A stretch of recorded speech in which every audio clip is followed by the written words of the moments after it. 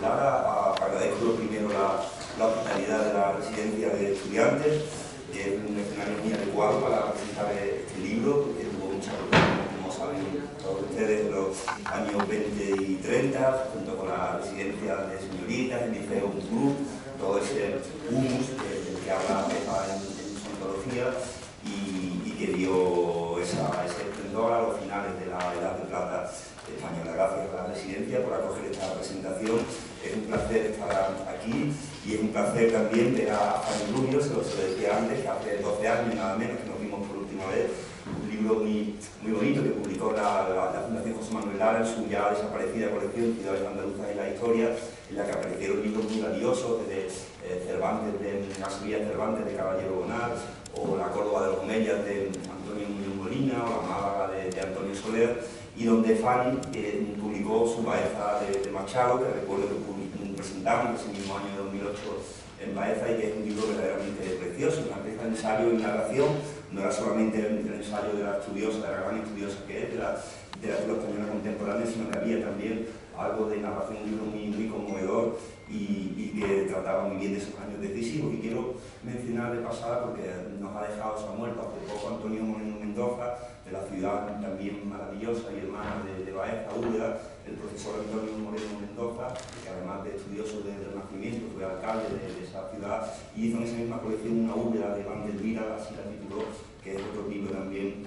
de muy grato recuerdo. Muchas gracias, Fanny, por acompañarnos, y bueno, además de toda su trayectoria como poeta, narradora y estudiosa de la literatura española, pues también ha tenido una presencia especial en los estudios feministas, en la tradición intelectual del feminismo, la que lo remonta a la herencia ilustrada, que es algo que está en el fundamento del trabajo de Pepa y que es una cuestión no solamente de la máxima actualidad, sino de muchísima relevancia en la vida intelectual contemporánea.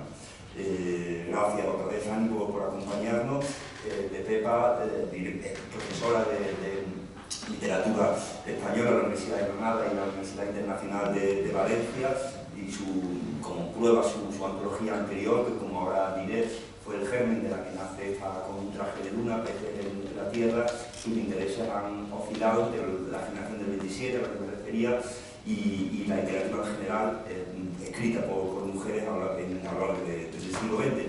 Es editora, por ejemplo, del Diván del Tamarí, de Lorca, y de dos novelas muy interesantes que han aparecido más recientemente, la editorial del Renacimiento, de Elizabeth Mulder, una autora interesantísima que está también representada en su antología como poeta, y que además fue una excelente y muy prolífica narradora, y incomprensiblemente desconocida como tantas otras de esos años. Es también autora de relatos propios, de un libro muy emocionante sobre testimonios de 8 mujeres del Alza de las Viudas, de su título de la represión franquista, articulista, editora, y además casi música, porque precisamente con motivo de la antología anterior de Peces en la Tierra, y esperemos que también con esta, pues ha ido recorriendo con muchísimo éxito, además, por otra parte, un espectáculo con unos amigos músicos, espectáculos poéticos musicales sobre estas mujeres de los años de la República, y también, más recientemente, yo sí no lo he visto, sobre Gloria Fuertes, que me encantaría verlo. Como decía, hacía tiempo realmente Peces en la Tierra, que es de 2010, o sea, hace 12 años, ha sido, si no el que más, uno de los libros más difundidos de la colección Bandaria, y bueno, está claro que en buena medida cubrió una necesidad, y así lo muestra, por ejemplo, pues también, no es que no hubiera precursoras, y ahora me referiré también a estudiosas, quiero decir, que han estudiado la poesía o la literatura escrita por mujeres, pero de alguna forma marcó un hito que luego han seguido felizmente muchas otras estudiosas, en estrecho contacto con Pepa. La Fundación Lara llama muchísimas veces, incluso doctorando, jóvenes, pidiendo información sobre autoras a raíz de este libro. O sea, que un libro que tocó una cuerda que está en línea, ¿no?, con la corriente contemporánea tan necesaria, en la que estamos todos más o menos inmersos, pero que, como digo, marcó un hito. El título de Peces en la Tierra decía mujeres en torno a la generación del 27. De una manera laxa, por ejemplo, Pilar de Valderrama, que andaba por aquí, su nieta hace un momento, bastante anterior, nació muy atrás, en el siglo XIX, y no entraría en esas coordenadas, pero es en torno a, o del centro, ¿no?, en esos años tan efervescentes y tan tan fecundo, pero también se remontaba algo atrás, pero contaba con el corte brutal de la guerra. Ahí separaba tanto la selección como la elección de la obra de cada autora. Entonces, venimos hablando desde hace tiempo de este trabajo precisamente por la difusión tan importante que ha tenido y por la indudable calidad también de hacer no solo una mera reimpresión, sino una edición que podemos considerar completamente nueva, no solamente porque tiene otro título, con un traje de luna, sino porque amplía la selección de las poetas y también, como digo, el número de poemas que ya no se para en la guerra, sino también en la inmediata posguerra, incluso más atrás de las autoras que algunas murieron hace no tanto y que fueron poetas hasta el final en condiciones a veces muy duras, como explica la propia Pepa, no solamente las autoras del exilio, sino también el llamado exilio interior, del que hay casos que, por ejemplo, se apagaron como siempre, ¿no? Como la gran Lucía Sánchez Saolí. Y bueno, decía que ya en Peces en la Tierra normalmente hay alguna antología de Castalia, no recuerdo ahora el autor o la autora, que más o menos era el canon, por así llamarlo, de las 5 Rosa Chacel, Josefina de la Torre, Carmen Conde y Concha Méndez, la gran Concha Méndez y Ernestina de Champurcín. Esas 5 son las que siempre hemos citado, incluso en fin, con esa orientación tan marcada por lo masculino, se colaron de alguna forma en el canon, especialmente Carmen Conde, que llegó a ser académica, y más o menos todos los lectores teníamos idea de esos nombres, aunque no conociéramos demasiado bien su obra. Ya en Peces en la Tierra realmente demostró que no eran 4 nombres aislados, como prácticamente parece siempre, y como ajenos además a la corriente, que es otra cosa interesante de su estudio, la manera en que contextualiza también esas aportaciones, no solamente al reivindicar como producción propia de las poetas, sino al demostrar cómo estaban perfectamente enmarcadas las inquietudes, las corrientes, las tendencias, las estéticas de esos años. Como decía, a esas 5, en Peces en la Tierra, pues Lucía Sánchez Saolí, la gran poeta ultraísta que firmaba como Luciano de Sansaor, o Gloria de la Plata, que yo también no tenía ninguna noticia hasta que leí que es muy graciosa, además ya la emparenta con la poesía neopopularista de Lorca, sevillana, por cierto, una de las pocas andaluzas que hay en la selección. María Cegarra, Elizabeth Bulder, que ya la acabo de citar, Pilar de Baltrán también, Marina Romero, Josefina Romo Arregui, o la maravillosa Margarita Ferreras, que fue también un descubrimiento absolutamente, yo creo que casi nadie tenía noticia de esa autora, ¿no? Uno de los descubrimientos más espectaculares, por así decirlo, de esa Peces en la Tierra.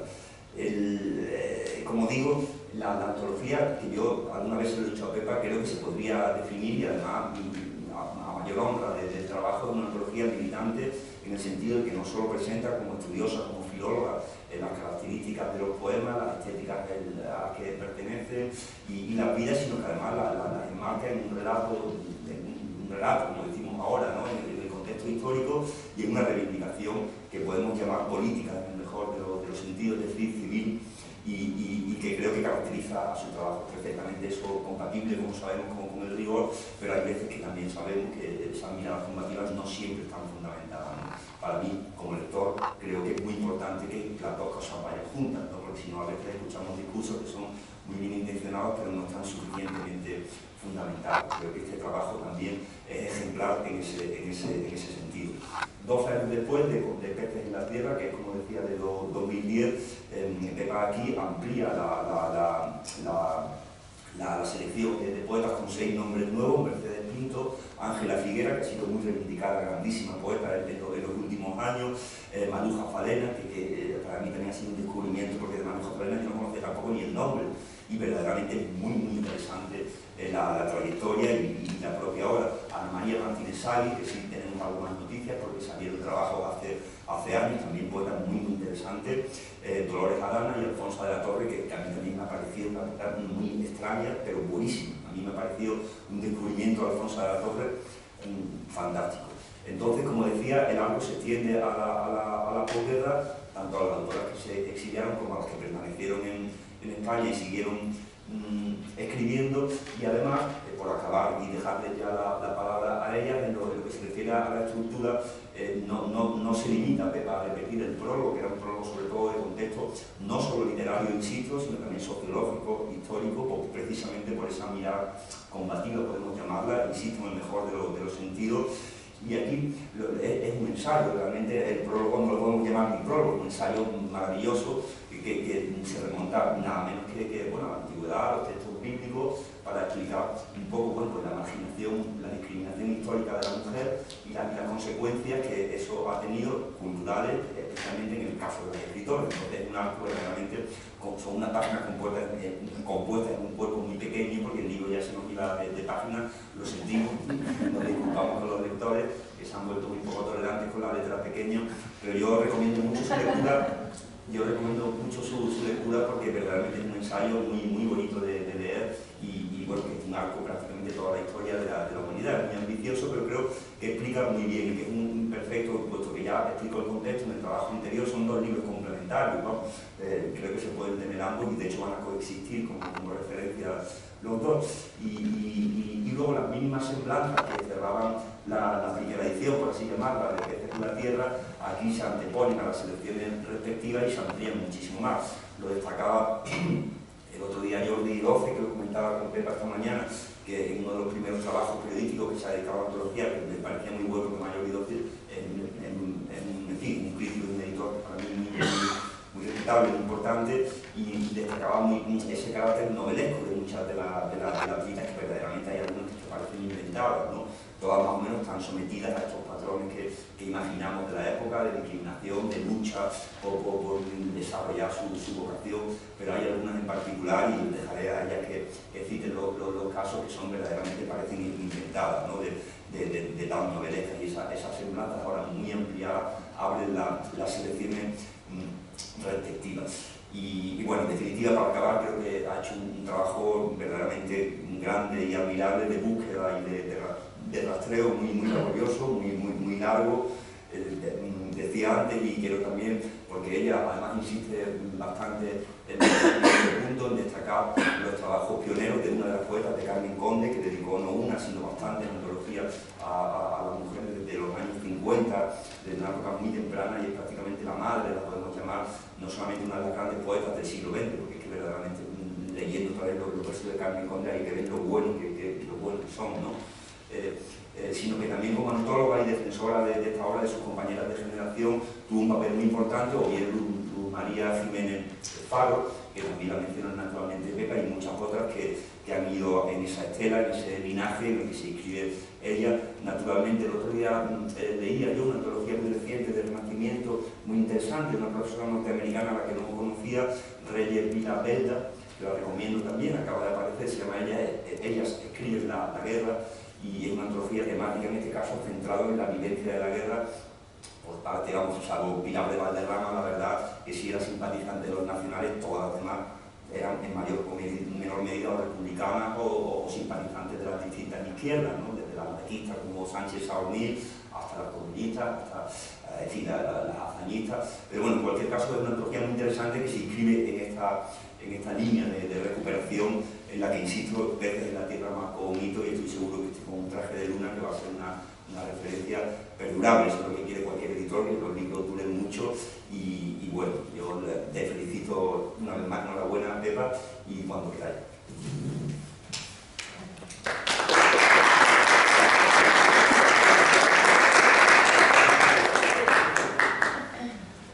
Muchas gracias. La verdad, escuchar a un editor que habla como un crítico literario pues es una alegría, ¿no? Y que no habla del precio de los libros extensos, ni del precio del papel, como harían otros editores más mercantiles o más metidos dentro del mercado de la oferta y la demanda. Creo que al escuchar a Ignacio Garmendia, gracias por haber recordado la Baeza de Machado y los momentos tan felices que nos produjo en Andalucía y fuera de allí. Y es importante porque denota el arrojo de un editor que empuja un libro por su carácter justamente esforzado, no por su carácter fácilmente vendible, sino por su carácter esforzado. Lo que hay en este libro de Pepa Merlo es un esfuerzo descomunal para producir una obra extraordinaria de la mano también de las autoras más esforzadas del siglo, que han tenido menos focos con ellas, menos orquestación mediática, menos reconocimiento de los poderes, de los distintos poderes que se fueron sucediendo en la España de la primera mitad del siglo y que fueron oscurecidas por una dictadura que era profundamente misógina. Y en ese sentido, Pepa Merlo ha realizado un trabajo de compensación. Como editorialmente, este volumen es un volumen compensador, que compensa todos los vacíos, todas las oscuridades, ese gran agujero negro que hay con relación a la escritura de las mujeres y que seguimos padeciendo y que seguiremos padeciendo, porque no olvidemos que España es el país del Don Juan y para que la obra continúe, doña Inés tiene que desmayarse. Y entonces ese modelo mítico y esos genes literarios tan afirmados generación tras generación, pues producen a veces agujeros negros, pero todos sabemos desde las investigaciones de Hawking que el agujero negro tiene más energía y produce más energía que las galaxias iluminadas, pero eso lo ven los científicos y también lo han visto las poetas a lo largo del tiempo, y lo ha captado perfectamente Pepa Merlo, que sabe perfectamente por dónde pisa, y ese terreno que parece pantanoso resulta ser tierra firme, una tierra firme, un bosque que parece sin salida, pero que tiene una salida impresionante, que tiene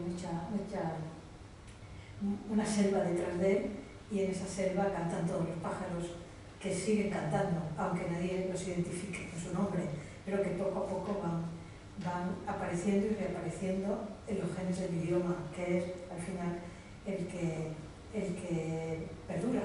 Los genes del idioma están perdurando en ellas y después de ellas, de manera trascendente. Es verdad que Pepa ha citado a Carmen Conde, la cita en las entradas, la reivindica en profundidad, y es cierto, yo creo que con Un traje de luna, diálogo de voces femeninas en la primera mitad del siglo XX, le deben algo a las palabras de Carmen Conde cuando ella, presentando su propia antología, y Pepa lo recuerda, dice: antología no exhaustiva, aunque aquí tenemos una enciclopedia más que una antología, no exhaustiva, nómina incompleta, es decir, que todavía tenemos unas cuantas que rescatar, es decir, que tienes trabajo para rato, Pepa, y también inevitable subjetividad del antólogo. Esos tres elementos que cita Carmen Conde, el de la no ser exhaustiva, el tener una nómina incompleta y una inevitable subjetividad del antólogo, de la antóloga en este caso, son tres caminos que se van frecuentando en todas las páginas de este libro, porque sabemos que el libro no es un conjunto de poetas más o menos vinculadas a la luna, no a los flujos lunares.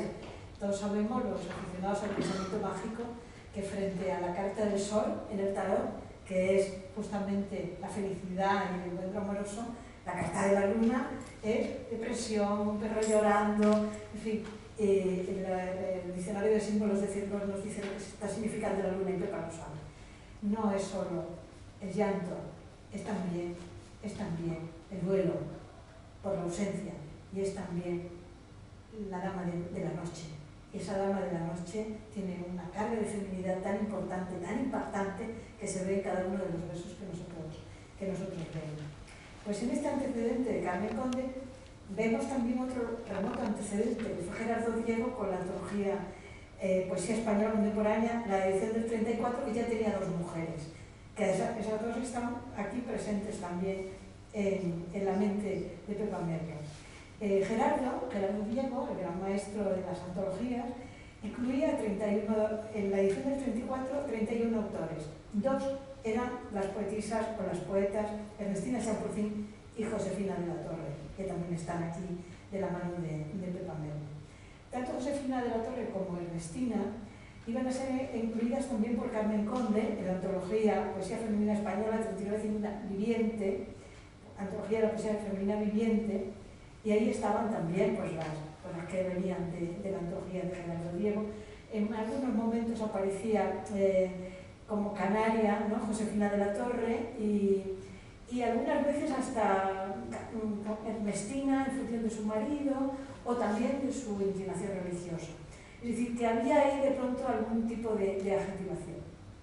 Por eso es importante esta antología por las diferencias que tiene con con las otras citadas. 88 años después de la edición del 34 de Gerardo y 90 de la publicación Poesía Española, antología del mismo Gerardo, de la editorial Signo, del 32, donde había solamente 17 autores, y ninguna mujer. Es decir, que Gerardo rectifica, es decir, se da cuenta en los años 30 de que hay voces femeninas que tienen que ser incluidas, ¿no? Y claro, en esta antología de Pepa vemos la obra de 34 poetas de sexo femenino. Ya en su primera propuesta, Peces en la Tierra, Merlo reunió en 2010 la obra de una veintena. Es decir, que ella va creciendo al mismo tiempo que su investigación va creciendo en el número de recuperaciones, porque son recuperaciones, ¿no?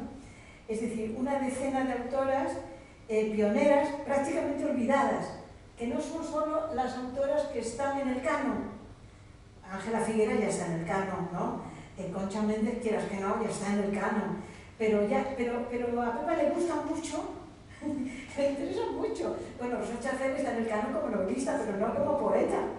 Y a Pepa Merlo le interesa mucho las que no están en el canon, porque esta antología, enciclopedia, crea canon, ¿no? Crea canon. Porque no eran conocidas por gran parte de los lectores de poesía del siglo XX, ni siquiera de la primera veintena del siglo XXI, ¿no? Por tanto, ahí tenemos un canon, una propuesta de canon importante que va a corregir luego el canon de la historia de la literatura y de la poesía contemporánea, ¿no? En ese sentido, pues Carmen Conde quería también modificar el canon. De hecho, eran 26 autoras, ¿no? De alguna forma quiere modificar el canon. Y de hecho, en el discurso de entrada en la academia habla justo de estas mujeres a las que ella les da voz, porque están también como en la periferia, ¿no? Por eso yo creo que es importante reivindicar el magisterio de Carmen Conde, que además era pedagoga y era investigadora y era maestra y fue represaliada en la posguerra y además no tuvo derecho de aula, que eso yo lo he dicho muchas veces. Cuando entramos las mujeres a dar clases, las catedráticas, las titulares o las contratadas, a dar clase de literatura española y de poesía en cualquier universidad del mundo, debemos decir siempre, estamos aquí porque Carmen Conde no pudo entrar en el aula, se quedó en el pasillo. Y Carmen Conde soñó que las mujeres fueran catedráticas y fueran titulares y fueran poetas y fueran investigadores y poetas juntas y pudieran dar una clase de poesía en el aula. Y realmente estamos recordando, siempre que hablamos en un aula, estamos recordando la falta de aula que tuvo ella y que luego dedicando tantos poemas a ese hijo que muere y a esa perspectiva que ella ve en todas las mujeres que la rodean. No sé, está con nosotros Pureza Canelo, yo recuerdo Pureza en Cartagena con Carmen Conde cantando Cartagenera, ¿no? La canción Cartagenera y la cantaba con nosotras. Carmen nos miraba con esa mirada de distancia cariñosa diciendo, madre mía lo que os espero, pero no os aviso, tenéis que verlo por vosotras mismas. Y de hecho Pepa cuando escribe su prólogo, él lo está haciendo a título de aviso, cuando habla de la misoginia de Europa, de la misoginia española, del rechazo de la voz de las mujeres a lo largo del tiempo. Y en ese sentido quiero recordar con Pepa en el momento en que ella está justamente hablando como antóloga, pero hablando también de la misoginia, de la característica que las une a todas ellas, con luz ajena que las ilumina. Esa idea anticipada en la cita de Yolanda Castaño, cuando Yolanda Castaño dice «Cando deixo de ser flor, molesto», lo cual en gallego sabemos perfectamente que sí, que hay que dejar de ser flor y hay que dejar de vestirse de rosa alguna vez. Recuerdo el cuento de Rosa Caramelo de Nilo Tempore, ¿no? Pero sí que ahí están los clásicos, está la patrística, está Jung, al que le interesa mucho a Pepa citar, que la guían a la hora de enjuiciar el porqué de esta ausencia del canon. La religión tiene una parte importante. Para mayor argumento, nuestros místicos consideraban pues, a nuestra mística feminista primera, que está todavía por reivindicarse, Magdalena, que también está citada en el prólogo. Primer testigo de la resurrección, justamente una mujer marcada como endemoniada, pero marcada como prostituta, cuando no tenía nada que ver con la prostitución. Esa mujer que es la que representa el conocimiento en los cuadros, la que representa a la persona más cercana al sanador de Galilea, el Requiem de Mozart, la que representa en el cine de Pasolini, la que tiene mejor escucha de todos los que rodean a la figura del sanador de Galilea. Pero bueno, el caso es que Pepa sabe perfectamente dónde están los textos, dónde está la Pistisofía, escrito en griego, que circuló entre las comunidades entre los siglos segundo y cuarto. Y Pepa habla también de ese momento. La maldición del libro bíblico Eclesiastés. He encontrado a la mujer más amarga que la muerte. Ella es la red del cazador y su corazón es una trampa, sus manos cadenas. El amigo de Dios huirá de ella, pero ella hará del pecador su víctima. Desde que la diosa Isis fue sustituida por la Virgen María y la Iglesia se convirtió en un poder estatal, y hasta muy avanzado el siglo XVIII y aún más tarde en algunos lugares, muchas mujeres fueron retiradas de la instrucción y sometidas desde a castigos corporales, a vejaciones múltiples en sus círculos familiares, hasta ser quemadas vivas en las plazas de las ciudades de toda Europa por confesarse heréticas, por formar parte del enemigo político judío morisco, por ejercer de curanderas, por preparar guisos que recordaran la cocina judía, por ocuparse de filtros amorosos, por ejercer la prostitución, por amancebarse con sus amantes, por parir hijos ilegítimos, por guardar para ellas el dinero que ganaban, por enfermar de contagio sexual, por cometer adulterio, por haber sustituido a la Virgen María por su precursora Afrodita, por decir simplemente que el placer era para esta vida, etc. Todo eso lo vemos en el inconsciente de estas poetas que escriben aguantando el dolor, aguantando la presión política, aguantando el exilio, aguantando incluso el desdén de sus propios compañeros o maridos. En ese sentido, creo que Pepa Merlo, cuando está recuperando todas estas obras y todas estas figuras oscuras, metidas en la oscuridad por la fuerza, pero que tienen la luminosidad de sus escrituras, Pepa lo que está haciendo una a una, y ahora veremos esos nombres que ya los ha citado Ignacio Garmendia, lo que está haciendo es reconstruir lo que es una antología de poetas españolas que siempre han sido nombre y vida y publicaciones. Siempre nos han dado como el manual, el marbete, el código para una antología: nombre, vida y obra. Bueno, es una Wikipedia para uso de antólogos, ¿no? Pues no. Pepa Merlo lo que hace es convertir la vida de cada una de estas autoras, convertirla alrededor de un eje. Y ese eje que ella ha localizado en cada una de ellas por primera vez en el mundo de las antologías de la poesía española, por primera vez, es trasladar el concepto de vida al concepto de vivencia. Y nos ha traído la vivencia, el shock de la vida de cada una de ellas, alrededor del cual está girando toda su obra y todos sus movimientos, todas sus aventuras vitales, porque evidentemente la vida de un poeta no es su vida. La vida de un poeta y de una poeta es su vivencia. La vida es la vida de todos, tal cual es, como la vemos en la Wikipedia: vida, obra, relaciones y muerte.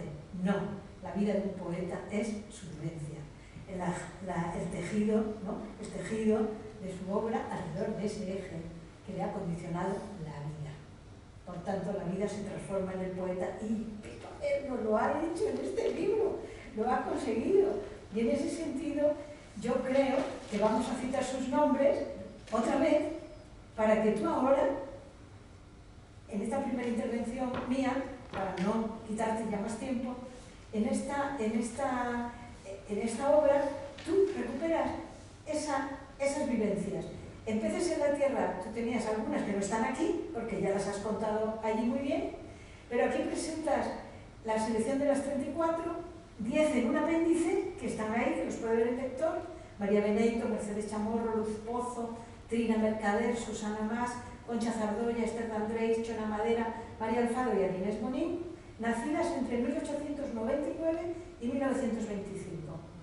Y ahora tienes la nutrida selección en el gran libro, enciclopedia vivencial, de poemas de autoras nacidas entre 1871 y 1916. Y ahí está Mercedes Pinto, Casilda de Antón de Lorde, Gloria de la Prada, Pilar de Valderrama, Lucía Sánchez Aunil, Concha Méndez, Rosa Chacén, María Luisa Muñoz de Buendía, Cristina de Arteaga, Ángela Figueres Merís, María Cegarra, Elizabeth Mulder, a la que has dedicado tú ya más de un texto, Ernestina de Champurcín, María Teresa Roca de Togores, Maruja Farena, Carmen Conde, Josefina de la Torre, Ana María Martínez Sagi, Marina Romero, Dolores Arana, Josefina Romarregui, Alfonso de la Torre, Dolores Canterner y Margarita Ferreras.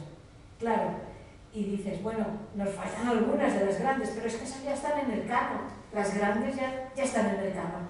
No le interesaban tanto a Pepa, da la impresión, pues que pues ahí está, pues, no sé, Linda Martín Vivaldi, tú que la tienes en Granada, ¿no? Y otras autoras, ¿no? Pero tú tienes ahí, de pronto, algunas figuras que ya están iluminadas gracias a tu ensayo. Por tanto, yo creo que esa luz ajena que la ilumina ya no es luz ajena, ya es luz propia. También has hecho la labor del fotógrafo, ¿no? O del cineasta, ¿no? Que le está dando movimiento y luz a esas figuras que estaban congeladas, ¿no? En el plano fijo. Las has sacado del plano fijo y de la oscuridad. Así que lo primero que hago es, aunque me he extendido un poco, es felicitarte, Pepa, darte las gracias enormemente por el arrojo que has demostrado con la escritura de este libro y la percepción de las obras de todas estas autoras, y desde luego felicitar al editor porque no ha hecho las cuentas como suelen hacer los editores, ahí quitando páginas, sino que le ha dado alas a la autora. Así que, Pepa, adelante, aquí estamos.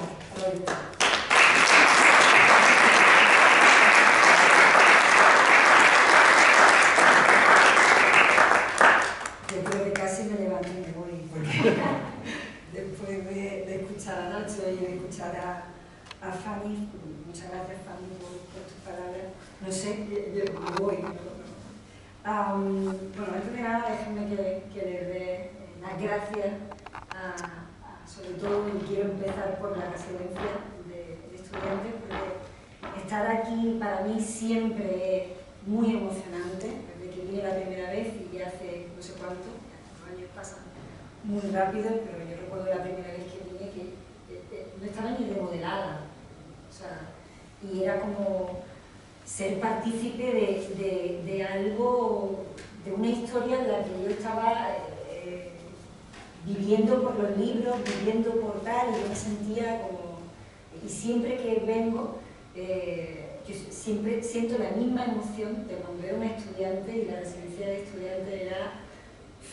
Estoy aquí, ¿no? En fin, y yo quiero dar las gracias a la residencia por acoger este acto, a Fanny por su maravillosa presentación, a ustedes que están aquí, y bueno, Nacho tenía que estar aquí, edición de Pepa Merlo, y debajo Nacho Garmendia, porque los últimos meses de nacimiento de este libro no ha sido un libro de Pepa Merlo, ha sido un libro de Pepa Merlo y Nacho Garmendia. Ha sido muchas llamadas por teléfono, mucho email, muchas correcciones entre los dos. Ha sido un trabajo durísimo. Nacho ha sufrido mi torpeza con la informática, y el pobre tuve que ordenar archivo por archivo porque yo no conseguía ponerlas todas en un único archivo. O sea, ha sido todo como bueno, pero al final ha sido un trabajo duro que recompensa, pero ha sido así. Yo decía a un amigo, hablando de que estaba en imprenta el libro y tal, decía, bueno, Nacho se ha convertido en el marido perfecto. Nos hemos alabado por teléfono, nos hemos insultado por teléfono, y cuando ya los plazos de imprenta se acercaban, yo me acostaba por la noche diciendo, no, me levanto, no puedo, soñando con Nacho Garmendia, ¿no? Era como tal. Y yo creo que él es una parte muy importante de este libro.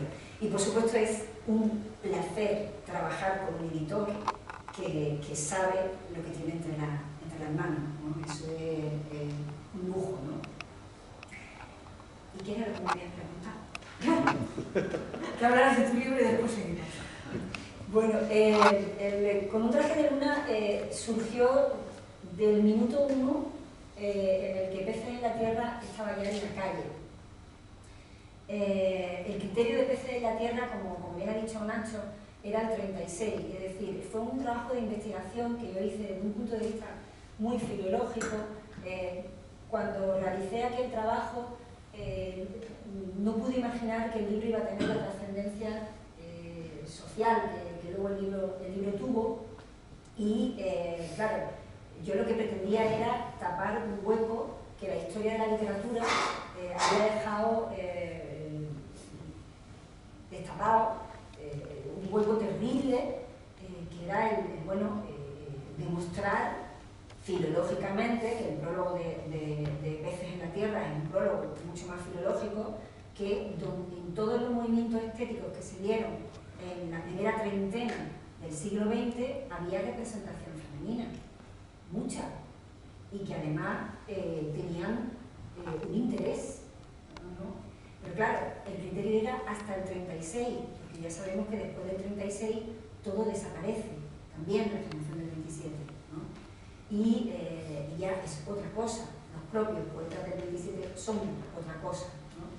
Entonces, muchas mujeres que vivieron aquellos años 30, aquellos años 20, aquellos años 30, no pudieron, no las pude incluir en Los Peces, porque sus primeros libros los publican después, los publican en los años 40, ¿no? Después de la guerra, y se quedaron ahí, se quedaron fuera, y eso fue una espinita. Otra espinita, algunas de las poetas que no incluí porque, bueno, el caso de Mercedes Pinto, que era una poeta a la que a mí siempre me ha gustado, me ha atraído como poeta y sobre todo como mujer, ¿no? Su vida y su arrojo, ¿no? No la incluí porque, bueno, ella, iba a decir se exilia, ¿no? La exilia, la echan, ¿no? de este país, y la destierran a África. Ella, gracias a influencia, pues puede ir a Uruguay, pero la habían desterrado a África, donde no pudiera tener contacto con nadie, ¿no? Y el hecho de que ella no hubiera estado en España, no hubiera escrito en España, ¿no? Pues hizo que la descartara pero fue otra espinita, ¿no? Que se quedó ahí clavada. El hecho, las que recogí en Peces en la Tierra, claro, eran poemarios publicados hasta el 36. Poemarios publicados hasta el 36 significaba que se cortaba la voz, es decir, la mayor parte de los poemas de Peces en la Tierra eran primeros poemarios, estaban empezando. Y claro, todos sabemos que los primeros poemarios son los primeros poemarios, que apuntan, que dicen, que indican, pero son los primeros poemarios. Claro, no podía incluir poemas de otros poemarios para que se viese cuál había sido la evolución poética que ellas habían tenido, y esa fue otra espinita que se me quedó clavadita ahí, ¿no? Fueron diferentes espinitas que, pensé que de alguna manera o yo necesitaba solventar, ¿no? de alguna manera. Y bueno, la Fundación Lara, su director, que está aquí enfrente, me propone ampliar Peces en la Tierra, y entonces dije, esta es la mía. Y le dije, no, Peces en la Tierra no, otro libro, distinto. La Fundación, desde el minuto 1 se mostró abierta a lo que quisiera. Recuerdo aquello de, ¿cuántas páginas va a tener el libro, Pepa? No, unas 300 quizás. No, dime cuántas. Bueno, pon 500 y así, ¿no? Se mostró abierta y se mostró bueno, me tendió la mano desde el minuto 1 con este nuevo libro. El prólogo de Peces en la Tierra ya estaba hecho. Es decir, el prólogo que remitía, el prólogo filológico que remitía exclusivamente a aquella primera treintena, a las distintas corrientes estéticas que se habían dado en aquella primera treintena del siglo XX y cómo había representación de verso femenino en cada una de las tendencias y tal, ya estaba hecho. Entonces yo quería hacer otra cosa, quizá menos filológica, es muy riguroso, es filológico, es muy riguroso, pero es menos áspero, ¿no? Pretendí que fuese un poquito más ameno, más narrativo, más literario. Ha dicho Fanny con un tino increíble esa importancia de la vivencia sobre la vida, ¿no? Y efectivamente, yo lo vi así, para decir quiénes son ellas, decir nació, vivió, publicó y murió, no tiene ningún sentido. Ella, Mercedes Pinto, es aquella mujer que por azar da una conferencia que no le correspondía a ella dar, la iba a dar Carmen de Burgos, está enferma, va a visitar a Carmen de Burgos y le dice, oye, pues da tú la conferencia y además yo te voy a ayudar, porque hay un diálogo, hay un diálogo entre ellas, directo o indirecto, ¿no? Y por azar, Carmen de Burgos pretendió ayudarla, pretendió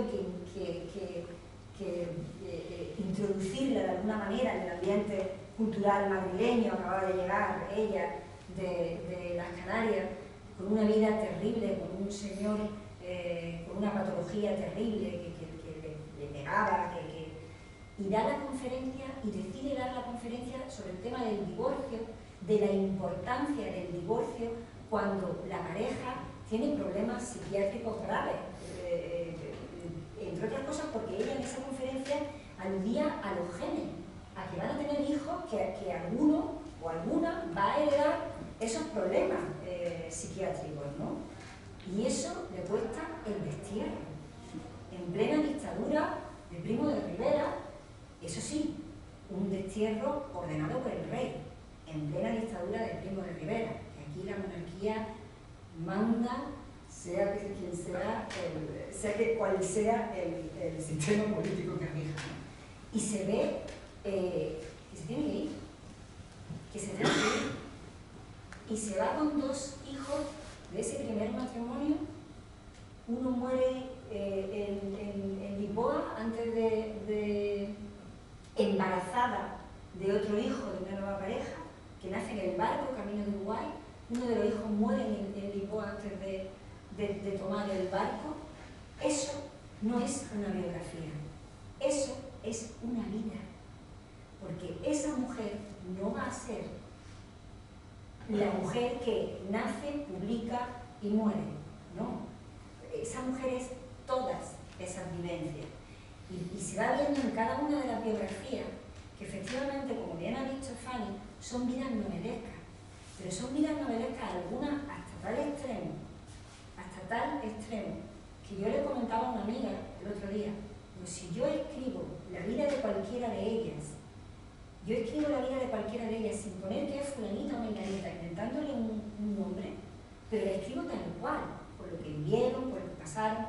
Seguro que el lector abre la novela, empieza a leer la novela y dice, esta tipa se ha tomado un tripi antes de escribir las novelas. Esto es exagerado, esto no es creíble, ¿no? Porque ya saben que la ficción tiene que ser creíble, ¿no?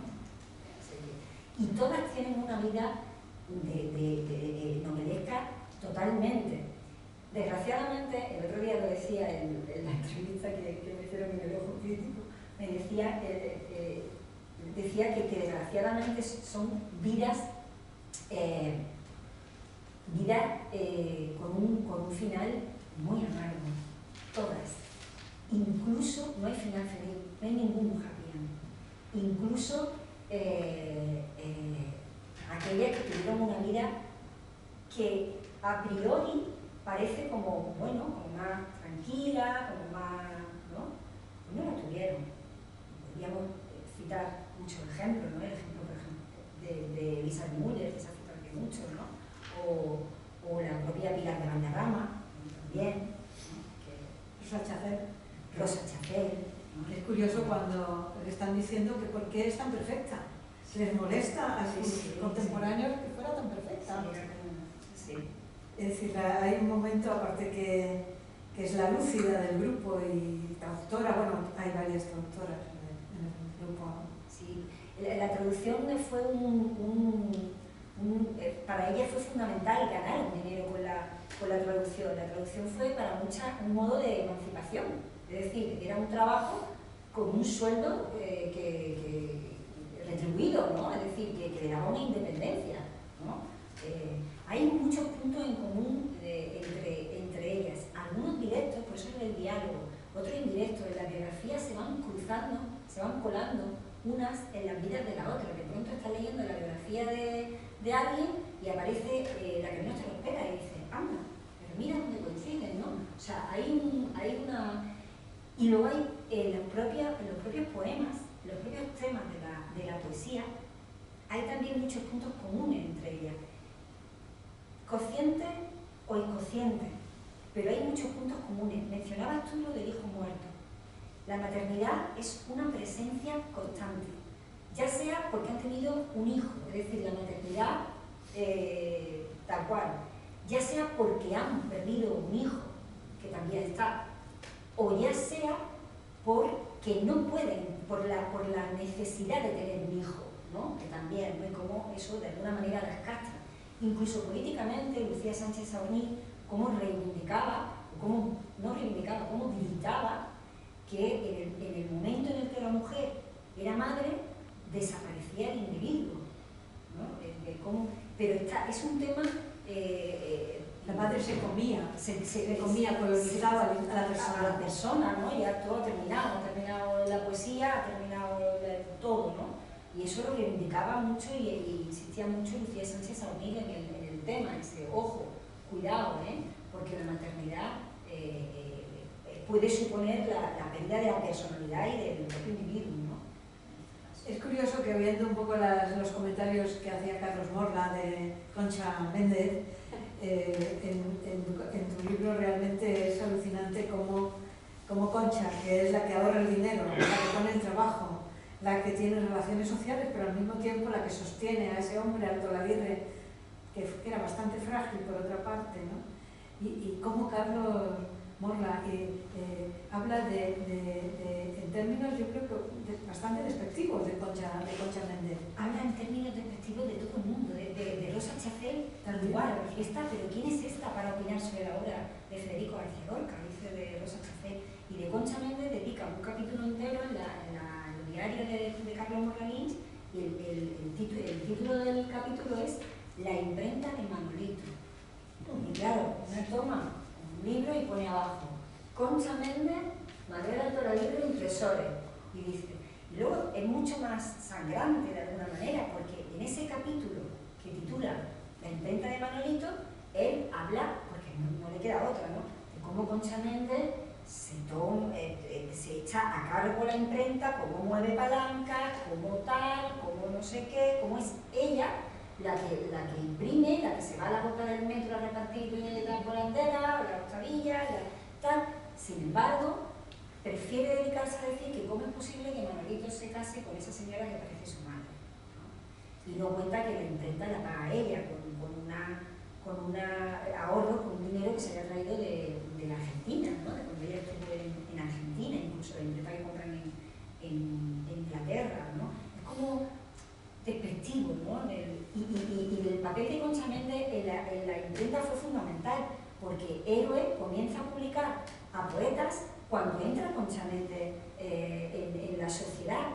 Y también es curioso que el propio Manuel Alto Laguirre sí que lo toma como una sociedad. Cuando él le dice a su amigo que me caso con Concha Méndez, no dice que me caso con Concha Méndez, dice que Héroe se casa, ¿no? O sea, él sí que contaba con ella como compañera, pero luego, pues los demás no, la sociedad no, era la imprenta de de Manolito. Es muy interesante que en tu libro recoges testimonios de Paloma Eulacia cuando habla de lo que es la casa de su abuela, ¿no? Y cuando van los exiliados españoles en México a buscar a Concha para preguntarle por otros exiliados o para preguntarle por Bermuda o para preguntar. Y hay un momento en que se dice, y es que Dolores Romero, me parece, sí, Dolores Arana, dice, no, es que Concha venía al puerto a recibir a los exiliados porque era la que representaba a la España republicana. Es que Concha lo hacía todo, hacía todo lo que todo el grupo de modernos, de poetas, debían y tenían que hacer. Y es verdad que Carlos Morla en la Embajada de Chile pues recibió a mucha gente y tal, pero es que era experto en celebraciones y en juergas. Y entonces, como Concha a lo mejor no pasaba por las juergas que organizaba Carlos Morla, a lo mejor le tenía guardada esa espinita. Pero bueno, en ese sentido muy interesante lo de Dolores Arana cuando habla de Concha recibiendo a los exiliados. Sí, pues se aprende mucho de ella gracias a la voz de ellas. Es decir, son ellas las que te hablan de ella, ¿no? Dolores Arana, con la propia correspondencia de Ernestina Champusí con Carmen Conde, porque no solo con la correspondencia estás aprendiendo, estás conociendo a la persona. Ya sabemos que en las cartas, bueno, sabíamos, porque ya no hay cartas, ¿no? Que con las cartas uno ponía mucho de sí mismo, ¿no? Y no solo las conoce a ellas, sino que te están contando episodios. Pues voy a la residencia a una lectura de Rafael Alberti, me ha encantado este chico, voy a la residencia de nuevo a escuchar a Rafael Alberti, una lectura. ¿Sabes qué? Que no me cae tan bien este chico. No sabemos qué pasa entre la primera lectura de Rafael Alberti y la segunda lectura de Rafael Alberti para que de pronto ya no le caiga tan bien, ¿no? Algo ha ocurrido. Pero, por ejemplo, son en esas cartas de Ernestina de Champusí que a mí, a Carmen Conde, que descubrí otra parte, digamos, o otra visión, o, por decirlo mucho mejor, descubrí cómo veían ellas, o en este caso Ernestina Champusí y Carmen Conde, un dato que visto desde hoy, pues no lo vemos así, que es el caso de Cristina de Arteaga, ¿no? Cristina de Arteaga pues, ha sido monja siempre, ha sido la monja, ¿no? Y bueno, pues familia aristócrata, entra en el convento, que tal, bueno, y está en proceso de beatificación, no sé en qué punto estará ahora, pero por las cartas de Ernestina Champusí y Carmen Conde, Ernestina le cuenta a Carmen que ha sido un desengaño amoroso terrible, que ha sufrido esta chica con un chico que la familia parece que no le quería mucho, lo que ha hecho que Cristina entre en el convento. Le ha perdido la cabeza, ¿no? Que ha perdido la cabeza. No sabemos si eso es así o no es así, pero está bien saber lo que opinaban en ese momento, in situ, sobre el ingreso de Cristina de Arteaga en un convento. Por eso en las imágenes del libro quise que se pusiera no a la Cristina de Arteaga con el hábito, que todo el mundo la conoce, sino una Cristina de Arteaga maravillosa, bueno, es que no sé si lo van a ver, pero está en el libro, con el birrete de licenciada, y otra monísima, con un vestido monísimo, unos zapatos, que no me he hablado de los zapatos de Cristina de Arteaga, o sea, con una jovencita, con una cara de jovial, de alegría, de vida, ¿no? Pero tú transmites en tu libro la fascinación que debía tener Cristina de Arteaga entre el grupo, porque Juan Ramón Jiménez le dedica justamente los poemas ingleses, ¿no? Sí, unos sí. Jardines ingleses. Jardines es un poema. Es decir, que Juan Ramón está al día. Le dedica a Juan Ramón a todos, a todas. Juan Ramón fue un pilar impresionante para ella, ¿no? Las apoyó a todas. Zenobia influyó, supongo. Mucho, mucho. El personaje de Zenobia es un personaje que creo que no se conoce lo que realmente se debiera. Bueno, el filólogo y demás, sí, lo digo más a pie de calle, porque se la ve como la mujer abnegada de Juan Ramón Jiménez. Sí, lo era, pero Zenobia fue fundamental en aquella primera treintena del siglo XX. Fue fundamental. Ella fue fundamental en ese enlace de la residencia de señoritas con college norteamericana. Ella fue fundamental en eso. Fue fundamental, fue un pilar clave en aquellos actos de la residencia de señoritas tan importantes, becas para madres con problemas. Hizo muchísimo. No era la señora pegada al marido y dependiente al marido que no se mueve de casa. Ella viajó en calidad de representante de Liceum. Ella estuvo en la residencia de señoritas con una actividad muy fuerte. Ella fue una de las mujeres que posibilitó que en este país, en aquella treintena, en aquella primera treintena, la mujer pudiera soñar ya soñaba, ver que el universo con el que soñaba, el mundo con el que soñaba, podía ser una realidad, ¿no? Y las traducciones que fueron fundamentales, ¿no? Y fue un personaje mucho más fundamental de lo que no solo fue.